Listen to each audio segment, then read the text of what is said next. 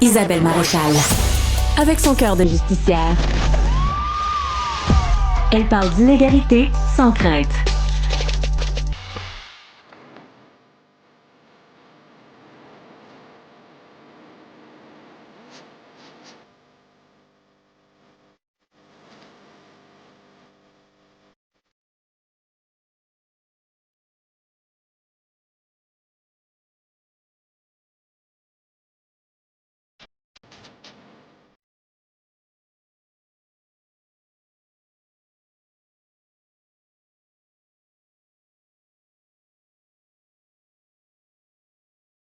Tous les hommes sont égaux, c'était le rêve. Un rêve assassiné parce que Martin Luther King a été tué. Un tir qui a été fatal. Martin Luther King qui aujourd'hui est célébré aux États-Unis parce que c'est une journée fériée et c'est presque cocasse si ce n'était pas autant symbolique que ce soit aujourd'hui d'ailleurs que ce retour de Donald Trump à la Maison-Blanche. Jean-Paul Lavallée est un Québécois expatrié depuis 25 ans. Il est chef cuisinier. Il habite à Gulfport au Mississippi. Bonjour Jean-Paul. Bonjour.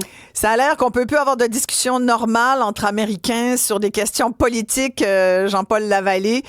Comment trouvez-vous votre pays d'adoption aujourd'hui où on voit le retour d'un président qui avait fait beaucoup jaser à l'époque avec, évidemment, il y a eu ensuite l'assaut du Capitole et ce retour 4 ans plus tard avec un ton menaçant pour le Canada, pour le Québec aussi, parce qu'on est directement touché s'il y a des augmentations de tarifs à la hauteur de ce que nous dit le président des États-Unis. Comment vous voyez tout ça, Jean-Paul Lavallée, de votre Mississippi adoptif?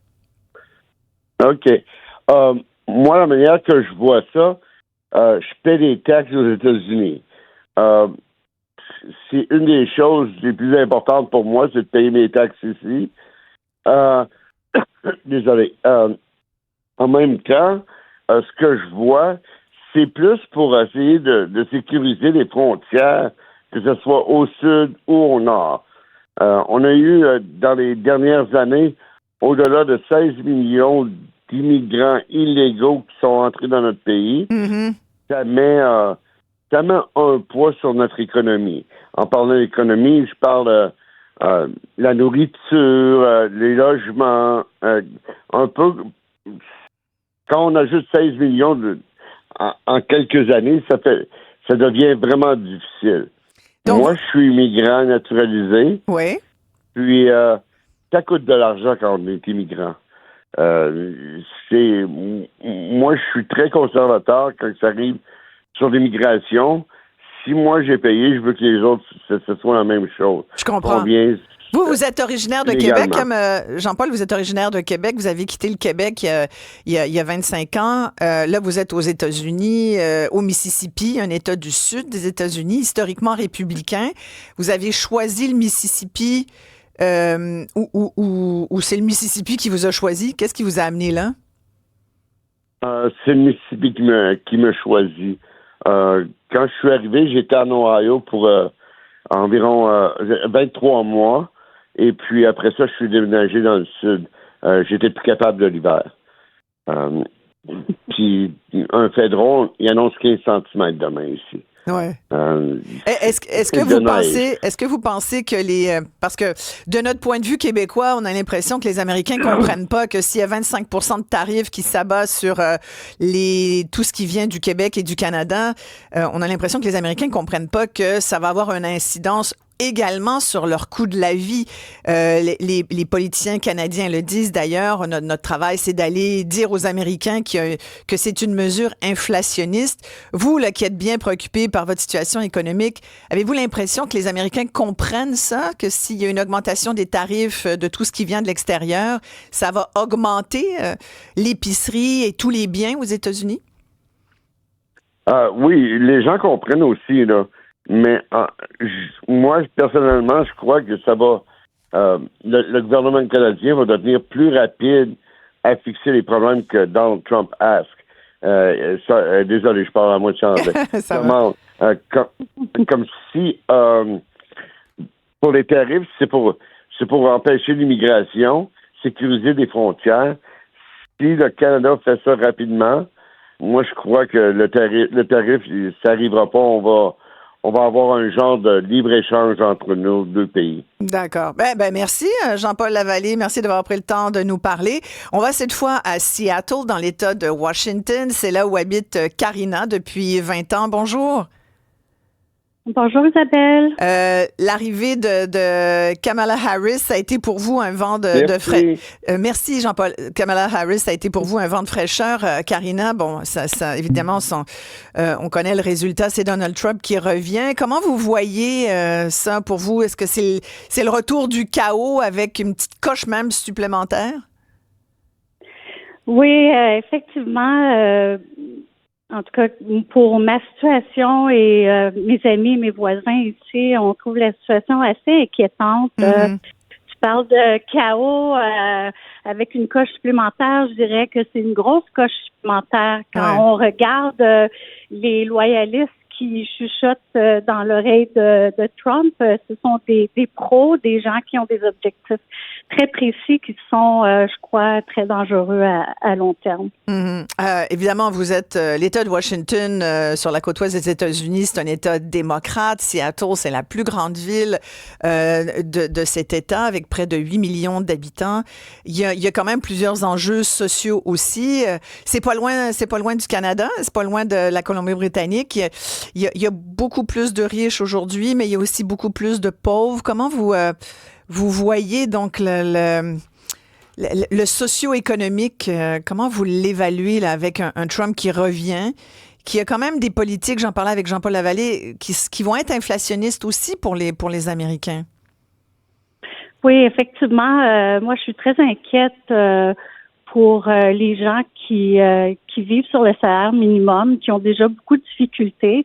L'État de Washington, Seattle, c'est très cher. L'inflation, effectivement, a beaucoup affecté ici. Les logements, ça a beaucoup monté avec toute la haute technologie, les Microsoft, Amazon, etc., qui ont fait monter les prix dans les dernières 15 années. Alors, ça va être... je suis vraiment inquiète pour cette population-là qui vont effectivement avoir de plus en plus de difficultés à survivre. Karina, merci beaucoup. On prendra de vos nouvelles au cours des prochains mois. Merci beaucoup d'avoir pris le temps de nous parler. On retourne et on conclut avec Guillaume Lavoie, analyste politique. Je vous rappelle qu'il est membre associé à la chaire Raoul Dandurand. Tu vois, Guillaume, beaucoup d'incertitudes de la part de Québécois. Évidemment, ce sont des Québécois, mais quand même là depuis longtemps, là, qui se considèrent en partie américains. Jean-Paul, lui, est carrément américain et fier de l'être. On reconnaissait un peu du discours, d'ailleurs, qu'on entend parfois de la part d'Américains un peu partout. Ça va être... Le Journal de Montréal titre « Attachez votre tuque ». Beaucoup d'incertitudes, beaucoup d'inquiétudes aussi. Évidemment, il va falloir qu'on voit là, ce qui se passe. Qu'est-ce que tu veux? On va regarder ça à mesure que ça va jouer. Oui, mais il ne faut pas perdre de vue que au-delà du personnage, des frasques et autres, Trump a été élu. Ouais. Et entre autres, en politique, celui qui gagne, c'est jamais celui qui a la meilleure réponse. C'est celui qui répond à la question qui intéresse les gens. La fameuse question de l'urne, c'est ça que tu veux dire? Il y en avait plusieurs des questions. Oui, il y en avait plusieurs. Mais l'immigration en a été une. Ça a été long avant que Kamala Harris dise que c'était ça sa priorité, puis ses mesures étaient des mesurettes, là, elle n'a pas fait campagne. Ouais. L'immigration, c'est pas seulement échappé par les démocrates, ça a été échappé par à peu près tous les partis depuis Reagan, démocrates comme républicains. Ici, Donald Trump n'est pas un républicain standard. Il est un républicain insurrectionniste par rapport à son parti. Et il a gagné par-delà l'espèce de compromis bien entendant entre certaines élites. Et il est là parce qu'il répond à cette volonté partagée chez nombre d'Américains. Et tu me permettras, Guillaume, ici, de lire le commentaire de Samy, qui a l'habitude de nous écrire, puis que je dirais qu'il est quelqu'un d'assez modéré, et qui écrit aujourd'hui « Je suis issu de l'immigration. Je suis en partie d'accord avec Trump sur certains décrets. La montée de la droite aux États-Unis est due au laxisme de la gauche radicale et du wokisme. On a un bel exemple de ça au Canada, ce que ça donne, une immigration non contrôlée et de masse. Et ça m'amène à conclure avec toi là-dessus. Moi, j'ai l'impression que tout ce discours trumpiste a des échos chez nous aussi parce que, tu sais, l'analyse de Samy, elle n'est pas complètement sortie de nulle part, là. Chez nous aussi, il y a des gens qui pensent. Oui, et c'est pas, d'ailleurs, les électeurs de Trump ne sont pas des électeurs nécessairement particulièrement à droite, comme les électeurs de Marine Le Pen, comme les électeurs du Brexit.